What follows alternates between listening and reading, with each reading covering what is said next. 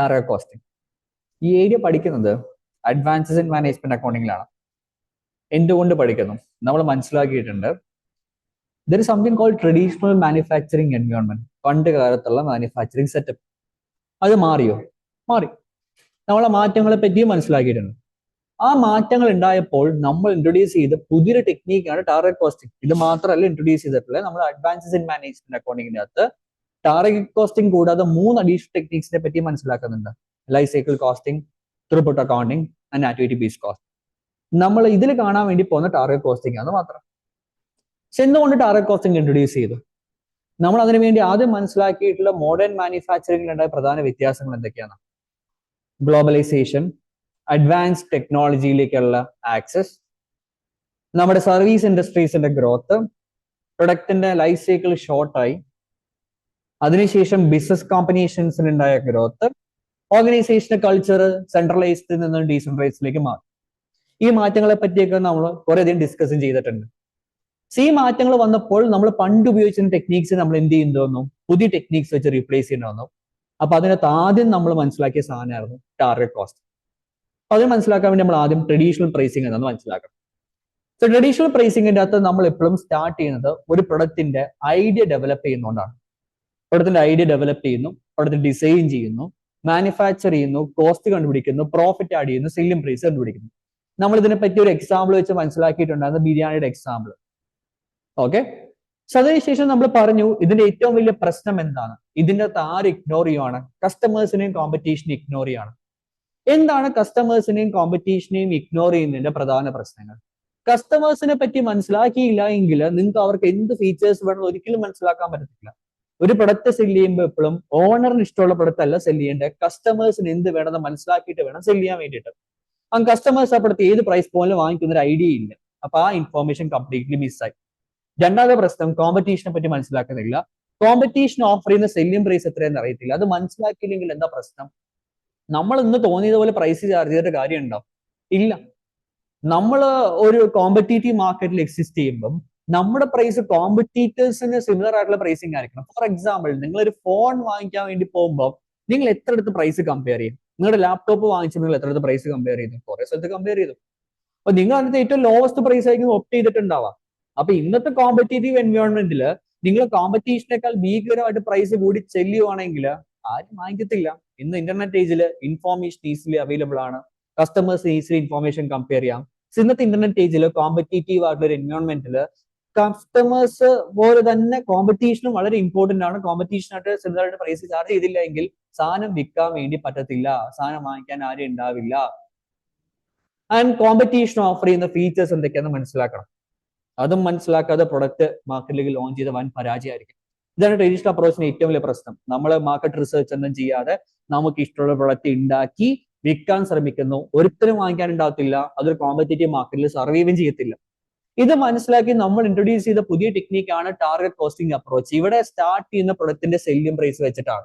Market കണ്ടീഷൻസിന് suitable ആയിട്ടുള്ള ഒരു selling price identify ചെയ്യുന്നു.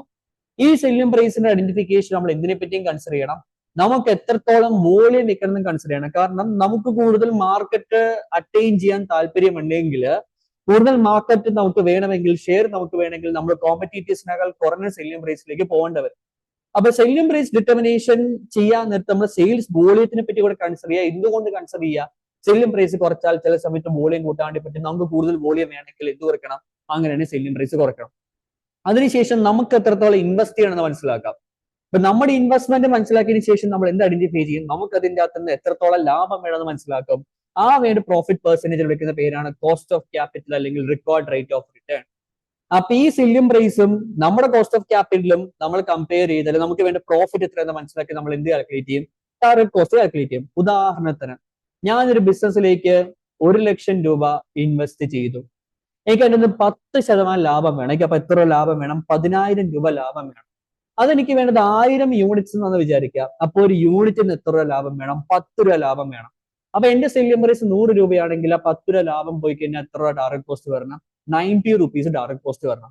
ഈ ടാർഗറ്റ് കോസ്റ്റിനെ എന്തുമായിട്ട് കമ്പയർ ചെയ്ത് നോക്കണം? ആക്ച്വൽ കോസ്റ്റ് ആയിട്ട് കമ്പയർ ചെയ്ത് നോക്കണം. നമ്മുടെ പ്രൊഡക്റ്റ് സ്പെസിഫിക്കേഷൻ മനസ്സിലാക്കിയിട്ട് വേണം ഈ കമ്പാരിസൺ ചെയ്യേണ്ടത്. അങ്ങനെ ആക്ച്വൽ കോസ്റ്റിന് കമ്പയർ ചെയ്യുമ്പോൾ കോസ്റ്റ് ഗ്യാപ്പ് എത്രയാണെന്ന് മനസ്സിലാവും. ആ കോസ്റ്റ് ഗ്യാപ്പ് നമ്മൾ എന്ത് ചെയ്യാൻ ട്രൈ ചെയ്യണം? കുറയ്ക്കാൻ ട്രൈ ചെയ്യണം. കുറയ്ക്കുമ്പോൾ എന്തൊക്കെ ചെയ്യാം, എന്തൊക്കെ ചെയ്യാൻ പാടില്ല? സെല്ലിംഗ് പ്രൈസ് കൂട്ടണം, കൂട്ടിക്കഴിഞ്ഞാൽ ഡിമാൻഡ് കുറയും, പ്രോഫിറ്റബിലിറ്റി കുറയും, വിഷയമാണ്. ഡിസൈഡ് പ്രോഫിറ്റ് മാർജിൻ കുറയ്ക്കണോ? കുറയ്ക്കാൻ പാടില്ല. കാരണം നമ്മുടെ ഒബ്ജക്റ്റീവ് ഇൻവെസ്റ്റേഴ്സിന് പ്രോഫിറ്റ് മാക്സിമൈസ് ചെയ്യാൻ വേണ്ടിയിട്ടാണ്. ആ പ്രോഫിറ്റ് കുറഞ്ഞ ഇൻവെസ്റ്റേഴ്സ് ഹാപ്പി ആയിരിക്കത്തില്ല. അപ്പൊ ആകെയുള്ള ഒരു ഓപ്ഷൻ എന്ന് പറയുന്നത് നമുക്ക് ആക്ച്വൽ കോസ്റ്റ് കുറയ്ക്കുക എന്ന് മാത്രമാണ്. ആ ആക്ച്വൽ കോസ്റ്റ് കുറയ്ക്കാൻ വേണ്ടി നമുക്ക് എന്തൊക്കെ ചെയ്യാം? നമുക്ക് വാല്യൂ അനാലിസിസ് ചെയ്യാം. എന്താ വാല്യൂ അനാലിസിസ് വെച്ച് കഴിഞ്ഞാൽ ഒരു പ്രൊഡക്റ്റിൽ നിന്നും അനാവശ്യമായിട്ടുള്ള ഫീച്ചേഴ്സ് ഒഴിവാക്കുന്ന വഴി കോസ്റ്റ് കുറയ്ക്കുന്ന പരിപാടി. അതിങ്ങനെ കോസ്റ്റ് കുറയ്ക്കാം. സപ്ലയേഴ്സിനെ സ്വിച്ച് ചെയ്യാം, ഹോൾസെയിൽ സപ്ലൈയിലേക്ക് പോവാം, കോസ്റ്റ് കുറയ്ക്കാം. നമുക്ക് ഔട്ട്സോഴ്സ് ചെയ്യാം, കോസ്റ്റ് കുറയ്ക്കാം. എങ്ങനെ ഔട്ട്സോഴ്സ് ചെയ്യുമ്പോൾ കോസ്റ്റ് കുറയാം? ഫോർ എക്സാമ്പിൾ, ഒരു ഫോട്ടോ കോപ്പി എടുക്കണം, ഒരു പ്രിന്റർ വാങ്ങിക്കുവാണ് ചെയ്യേണ്ടത്, ഒരു ഫോട്ടോസ്റ്റാറ്റിയോടെ പോയി പ്രിന്റ് എടുക്കുവാണ് ചെയ്യേണ്ടത്. ഫോട്ടോസ്റ്റാറ്റിയോടെ പോയി പ്രിന്റ് എടുക്കാം, കോസ്റ്റ് കുറയും. അപ്പൊ നമുക്ക് ചെയ്യാനുള്ള കാര്യം നമ്മൾ ചെയ്യുന്നതിന് പകരം മറ്റൊരാളുടെ സർവീസ് ഉപയോഗിക്കുന്ന പേരാണ് എന്ത്? ഔട്ട്സോഴ്സിംഗ് എന്ന് പറയാ. ഔട്ട്സോഴ്സിംഗ് ചെയ്താലും കോസ്റ്റ് കുറയ്ക്കാൻ വേണ്ടി പറ്റും. വേറെ എന്തൊക്കെ ഓപ്ഷൻസ് നമുക്ക് പോസിബിൾ ആണ്? നമുക്ക് വേണമെങ്കിൽ പ്രൊഡക്റ്റിന്റെ അകത്ത് ഡിസൈൻ ചേഞ്ചസ് വരുത്തി കോസ്റ്റ് കുറയ്ക്കാം. കോംപ്ലക്സ് ആയുള്ള ഡിസൈൻ ആയിരുന്നു, എളുപ്പമുള്ള ഡിസൈൻ ആക്കാം. എളുപ്പമുള്ള ഡിസൈൻ ആക്കുമ്പോൾ മാനുഫാക്ചറിങ് പ്രോസസ് ഈസി ചെയ്യാം, ടൈം കുറയും, അനാവശ്യമായിട്ടുള്ള മെറ്റീരിയൽ യൂസേജ് കുറയും. അങ്ങനെ വേണമെങ്കിൽ കോസ്റ്റ് കുറയ്ക്കാം. സോ പല ഓപ്ഷൻസ് ഉണ്ട് കോസ്റ്റ് കുറയ്ക്കാൻ. You have to remember this point. Selling price കൂട്ടാൻ പാടില്ല, പ്രോഫിറ്റ് മാർജിൻ കുറയ്ക്കാൻ പാടില്ല, ആക്ച്വൽ കോസ്റ്റ് മാത്രമേ കുറയ്ക്കാൻ പാടുള്ളൂ. അതിന് എന്ത് വേണമെങ്കിലും ചെയ്യാം. ആൻഡ് ആക്ച്വൽ കോസ്റ്റ് കുറയ്ക്കുമ്പോൾ ഓർത്തിരിക്കേണ്ട കാര്യം, ഒരു പടത്തിന്റെ കോസ്റ്റ് കുറയ്ക്കണമെങ്കിൽ, ഇമ്മീഡിയറ്റ്ലി കോസ്റ്റ് കുറയ്ക്കണമെങ്കിൽ ആദ്യം പോയി ഡയറക്ട് കോസ്റ്റ് കുറയ്ക്കണോ, ഇൻഡയറക്ട് കോസ്റ്റ് കുറയ്ക്കണോ? ആദ്യം ഡയറക്ട് കോസ്റ്റ് കുറയ്ക്കുന്നതിനെ പറ്റി ആലോചിക്കാം. ഇനി എന്താണ് ഡയറക്ട് കോസ്റ്റ്? ഒരു പ്രൊഡക്റ്റിന് മാത്രം സ്പെസിഫിക് ആയിട്ട് ഉണ്ടാകുന്ന കോസ്റ്റുകൾ വിളിക്കുന്ന പേരാണ് ഡയറക്ട് കോസ്റ്റ് എന്ന് പറയാം. ഫോർ എക്സാമ്പിൾ, ബിരിയാണി എക്സാമ്പിളിനകത്ത് നമ്മൾ മനസ്സിലാക്കിയായിരുന്നു ബീഫിന്റെ കോസ്റ്റ് എന്ത് കോസ്റ്റാ? Direct cost. അത് ബീഫ് ബിരിയാണിക്ക് വേണ്ടി മാത്രം സ്പെസിഫിക് ആയിട്ട് ഉണ്ടാകുന്ന കോസ്റ്റാ. ആ കോസ്റ്റ് കുറയ്ക്കാൻ ശ്രമിച്ചാൽ നമുക്ക് എന്ത് കുറയ്ക്കാം? നമുക്ക് ഡയറക്ട് കോസ്റ്റ് കുറയ്ക്കാം. അങ്ങനെ ഡയറക്ട് കോസ്റ്റ് കുറയ്ക്കുന്നവർ എന്ത് ചെയ്യാൻ പറ്റും? ഇമ്മീഡിയറ്റ്ലി കോസ്റ്റ് കുറയ്ക്കാൻ പറ്റും.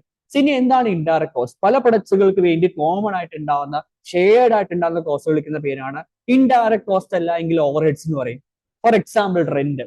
ബിരിയാണിയുടെ കോസ്റ്റ് കുറയ്ക്കാൻ ആദ്യം റെന്റ് ആണ് കുറയ്ക്കാം. പക്ഷെ ഏറ്റവും ബെസ്റ്റ് എന്ത് കുറയ്ക്കുന്നതായിരിക്കാം? ആ പറയുന്ന ബീഫിന്റെ കോസ്റ്റ് കുറയ്ക്കുന്നതായിരിക്കാം. സോ ഒരു പ്രൊഡക്റ്റിന്റെ കോസ്റ്റ് കുറയ്ക്കാൻ നേരത്തെ ഇമ്മീഡിയറ്റ്ലി ആ കോസ്റ്റ് റിഫ്ലക്ഷൻ അവിടെ റിഫ്ലക്ട് ആവണമെങ്കിൽ ഏറ്റവും ബെസ്റ്റ് ഡയറക്ട് കോസ്റ്റ് കുറയ്ക്കുന്നതാണ്. അതിനുശേഷമാണ് ഇൻഡയറക്ട് കോസ്റ്റ് കുറയ്ക്കുന്നതിനെ പറ്റി ആലോചിക്കേണ്ടത്. ആൻഡ് പലപ്പോഴും ഇൻഡയറക്ട് കോസ്റ്റ് കുറയ്ക്കുമ്പോൾ കോമൺ ആയിട്ടുള്ള കോസ്റ്റ് കുറയുന്നത്, പ്രൊഡക്റ്റ് സ്പെസിഫിക് ആയിട്ടുള്ള കോസ്റ്റ് അല്ല കുറയുന്നത്. സോ നമുക്ക് പ്രൊഡക്റ്റ് സ്പെസിഫിക് കോസ്റ്റ് കുറയ്ക്കാൻ ഏറ്റവും ബെസ്റ്റ് എന്താണ്? ഡയറക്ട് കോസ്റ്റ് കുറയ്ക്കുക എന്നുള്ളതാണ്. അപ്പൊ നമ്മൾ ഇതൊക്കെ ശേഷം ഈ പരിപാടിയൊക്കെ ചെയ്തതിനു ശേഷം നമ്മൾ ആരുടെ പോയി നെഗോഷിയേറ്റ് ചെയ്യും? കസ്റ്റമേഴ്സിനോട് നെഗോഷിയേറ്റ് ചെയ്യും. എന്തിനെ പറ്റി നെഗോഷിയേറ്റ് ചെയ്യും? നമ്മൾ കസ്റ്റമേഴ്സിനോട് സംസാരിക്കുന്ന പരിപാടിയാണ് നെഗോസിയേഷൻ വിത്ത് കസ്റ്റമേഴ്സ്. അതിന് എന്തൊക്കെ ചെയ്യാം? അവർക്ക് ആവശ്യമുള്ള ഫീച്ചേഴ്സ് എന്തൊക്കെയാണെന്ന് മനസ്സിലാക്കുക, അനാവശ്യ ഫീച്ചേഴ്സ് റിമൂവ് ചെയ്യാം, വാല്യൂ അനാലിസിസ്, പരിപാടി സെറ്റാണ്. ഈ പറയുന്ന ഡയറക്ട് കോസ്റ്റിംഗ് നമ്മൾ മനസ്സിലാക്കിയ ഒരു കാര്യം കൂടിയുണ്ട്. ഇത് സർവീസ് ഇൻഡസ്ട്രീസിന്റെ കേസിൽ അപ്ലൈ ചെയ്യാൻ എളുപ്പമാണോ ബുദ്ധിമുട്ടാണോ? കുറച്ച് പ്രശ്നം. എന്തുകൊണ്ട് പ്രശ്നം? നമ്മൾ ആദ്യം മനസ്സിലാക്കിയത് സർവീസ് എപ്പോഴും എന്താ? യുണീക്ക് ആണ്. രണ്ട് ഡോക്ടേഴ്സ്, ഒരാൾ നല്ല രീതിയിൽ ക്ലയൻസിനെ ട്രീറ്റ് ചെയ്യുന്നു, അല്ലെങ്കിൽ കസ്റ്റമേഴ്സിനെ ട്രീറ്റ് ചെയ്യുന്നു, മറ്റാൾ മോശം രീതിയിലാണ് ചെയ്യുന്നത്. രണ്ടാൾക്കാരും മേ ബി ഒരേ ഡിപ്പാർട്ട്മെന്റിലേക്കായിരിക്കും വർക്ക് ചെയ്യുന്നുണ്ടാവും. രണ്ടുപേർക്ക് ഒരേപോലെ പൈസ ചാർജ് വേണ്ടി പറ്റുമോ? ഇല്ല. എക്സ്പീരിയൻസ്, നോളജ്, അവരെ ട്രീറ്റ് ചെയ്തുള്ള പേഷ്യൻസിന്റെ എണ്ണം, അവർ ട്രീറ്റ് ചെയ്യുന്ന ആൾക്കാര്, ഇതിനൊക്കെ അനുസരിച്ച് എന്ത് മാറിക്കൊണ്ടിരിക്കുക? ഇവരുടെ കൺസൾട്ടേഷൻ ചാർജ് മാറിക്കൊണ്ടിരിക്കുക. സർവീസിന്റെ പ്രശ്നം, സർവീസ് യുണീക്ക് ആണ്. ഒരു സർവീസ് പോലും മറ്റൊരു സർവീസ് ഇല്ല. ഇപ്പം ഒരു ഡോക്ടറിന് തന്നെ 5 ക്ലയൻസ് ഉണ്ടെങ്കിൽ ഈ 5 ക്ലയൻസിനും ഡോക്ടർ ചാർജ് ചെയ്യുന്ന പ്രൈസ് ഒന്നായിരിക്കും. ഇതൊരു റിക്വയർമെന്റ്സ് കാര്യമാണ്. അപ്പൊ ഈ പറയുന്ന സർവീസിന്റെ കേസിൽ ഏറ്റവും വലിയ പ്രശ്നം എന്താണെന്ന് ചോദിച്ചു കഴിഞ്ഞാൽ, സർവീസിന്റെ സെല്ലിംഗ് പ്രൈസ് ഐഡന്റിഫിക്കേഷൻ എന്താണ്?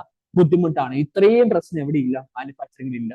അതിന് സെല്ലിംഗ് പ്രൈസ് കിട്ടാതെ എന്താ പ്രശ്നം വരുന്നത്? സെല്ലിംഗ് പ്രൈസ് കിട്ടാതെ ഡയറക്ട് കോസ്റ്റ് കാൽക്കുലേറ്റ് ചെയ്യാൻ പ്രശ്നമാണ്. ഇപ്പൊ സർവീസ് എന്തുകൊണ്ട്, അല്ലെങ്കിൽ സർവീസിന്റെ കേസിൽ എന്തുകൊണ്ട് ഡയറക്ട് കോസ്റ്റിന്റെ ആപ്ലിക്കേഷൻ ബുദ്ധിമുട്ടാണ്? ഒന്നാമത്തെ പ്രശ്നം, സെല്ലിംഗ് പ്രൈസിന് ഐഡന്റിഫിക്കേഷൻ പാടാണ്. കാരണം സർവീസ് എന്താണ്? യൂണീക്ക് ആണ്. സിമിലർ ആയിട്ടുള്ള സർവീസ് കണ്ടുപിടിച്ച് സെല്ലിംഗ് പ്രൈസ് മാച്ച് ചെയ്ത് കണ്ടുപിടിക്കാൻ എന്തല്ല? എളുപ്പമല്ല. അതാണ് ഒന്നാമത്തെ പ്രശ്നം. രണ്ടാമത്തെ പ്രശ്നം, സർവീസുകൾക്ക് ഇൻഡയറക്ട് കോസ്റ്റ് കൂടുതലാണ് കമ്പയർഡ് ടു മാനുഫാക്ചറിംഗ്. ഒരു മാനുഫാക്ചറിംഗ് ഓർഗനൈസേഷന്റെ മെജോറിറ്റി ഓഫ് കോസ്റ്റും അവരുടെ മെറ്റീരിയൽ കോസ്റ്റ് ആണ്, അല്ലെങ്കിൽ ഡയറക്ട് മെറ്റീരിയൽ കോസ്റ്റ് ആണ്. ഇത് സർവീസിന്റെ കേസിൽ ഇങ്ങനെയല്ല. ഇവർക്ക് മെറ്റീരിയൽ കോസ്റ്റ് കുറവാണ്, ഇൻഡയറക്ട് കോസ്റ്റ് ഭീകരമായിട്ട് കൂടുതലാണ്. അതിന് ഇൻഡയറക്ട് കോസ്റ്റ് ഏറ്റവും വലിയ പ്രശ്നം എന്താ? ഇത് പ്രൊഡക്റ്റ് സ്പെസിഫിക് ആയിട്ട് കുറയ്ക്കാൻ ബുദ്ധിമുട്ടാണ്. നമ്മൾ നേരത്തെ മനസ്സിലാക്കിയിട്ടുണ്ടായിരുന്നു. അത് പ്രൊഡക്റ്റ് സ്പെസിഫിക് ആയിട്ട് കുറയ്ക്കാൻ എന്തല്ല, ഒട്ടുമേ എളുപ്പമല്ല. സോ അത് വലിയൊരു പ്രശ്നമാണ്. മൂന്നാമത്തെ പ്രശ്നം, പലപ്പോഴും സർവീസിന്റെ കേസിൽ കോസ്റ്റ് കുറയ്ക്കാൻ നേരത്ത് എന്ത് കോംപ്രമൈസ്ഡ് ആയി പോവാണ്? ക്വാളിറ്റി കോംപ്രമൈസ്ഡ് ആയി പോവാണ്. അതും എന്തിലേക്ക് ലീഡ് ചെയ്യുന്നുണ്ടോ? കസ്റ്റമർ സാറ്റിസ്ഫാക്ഷൻ കുറയും, സെയിൽസ് കുറയും, പ്രോഫിറ്റബിലിറ്റി കുറയും, പ്രശ്നത്തിലേക്ക് ലീഡ് ചെയ്യാം. ഈ ഡയറക്ട് കോസ്റ്റിംഗ് എന്ന് പറയുന്ന പ്രിൻസിപ്പിള് നിങ്ങളൊന്ന് ആലോചിച്ച് നോക്കുക. എപ്പോൾ ഇംപ്ലിമെന്റ് ചെയ്യാൻ ഏറ്റവും ബെസ്റ്റ് ആയിട്ടുണ്ടാവും? ഒരു പ്രൊഡക്റ്റ് ലോഞ്ച് ചെയ്ത് ഫെയിലിയർ ആയിട്ട് ആ പറയുന്ന മിസ്റ്റേക്സ് ഒക്കെ വരുത്തി, നഷ്ടമൊക്കെ വരുത്തി, അതിനുശേഷം കറക്റ്റ് ചെയ്യുന്നതായിരിക്കും ബെറ്റർ ആയിട്ടുണ്ടാവുക. അത് തുടങ്ങുന്നതിന് മുന്നേ തന്നെ ഡിസൈൻ ആൻഡ് ഡെവലപ്മെന്റ് സ്റ്റേജിൽ ചെയ്തിരിക്കും ഏറ്റവും ബെസ്റ്റ് ആയിട്ടുണ്ടാവുക. ഇത് ഡിസൈൻ ആൻഡ് ഡെവലപ്മെന്റ് സ്റ്റേജിൽ ചെയ്യുക, തുടക്കത്തിൽ തന്നെ ചെയ്യുക. തുടക്കം തന്നെ ചെയ്യുകയാണെങ്കിൽ ഏറ്റവും വലിയ അഡ്വാൻറ്റേജ് എന്താ, നമുക്ക് എക്സ്പെൻസീവ് ആയിട്ടുള്ള മിസ്റ്റേക്സ് വരുന്നതിന് മുന്നേ അവിടെ എന്ത് ചെയ്യാൻ പറ്റും, പ്രിവെന്റ് ചെയ്യാൻ വേണ്ടി പറ്റും. അല്ലാതെ കുറെ മിസ്റ്റേക്സ് വരുത്തി എല്ലാ അവസാനം കറക്റ്റ് ചെയ്യുക അല്ല ഇവിടെ ചെയ്യുന്നത്. ഇവിടെ എന്താ ചെയ്യുന്നത്, പ്രിവെൻഷൻ ആണ് ചെയ്യുന്നത്. That's very important. കാരണം പ്രിവെന്റ് ചെയ്യുമ്പോൾ നമ്മൾ അനാവശ്യമായിട്ടുള്ള മിസ്റ്റേക്സ് വരുത്തുന്നില്ല, നമുക്ക് അത്രയും പൈസ എന്ത് ചെയ്യാം, ലാഭിക്കാം. അപ്പൊ ഡയറക്ട് കോസ്റ്റിംഗ് ഏറ്റവും ബെസ്റ്റ് സ്റ്റെപ്പ് ഇംപ്ലിമെന്റ് ചെയ്യുന്നതാണ് ഡിസൈൻ ആൻഡ് ഡെവലപ്മെന്റ് സ്റ്റേജിൽ ഇംപ്ലിമെന്റ് ചെയ്യുന്നതൊക്കെ ഏറ്റവും ബെസ്റ്റ് ആയിട്ടുണ്ടാവും. നമ്മൾ ഈ വീഡിയോയ്ക്ക് ശേഷം കുറച്ച് ക്വസ്റ്റ്യൻ പ്രാക്ടീസിലേക്ക് പോവാണ്. മെയിൻ ആയിട്ട് 3 ടൈപ്പ് ഓഫ് ക്വസ്റ്റ്യൻസ് ഒക്കെ നമ്മൾ കവർ ചെയ്യുന്നുണ്ടാവുക. Direct costing investment based, margin based, market based, അതുകൂടാതെ അതിന്റെ വേരിയേഷൻസ് കവർ ചെയ്യുന്നുണ്ടാവും. അതും കൂടെ പയ്യെ പുറകെ കണ്ടുപോകുക.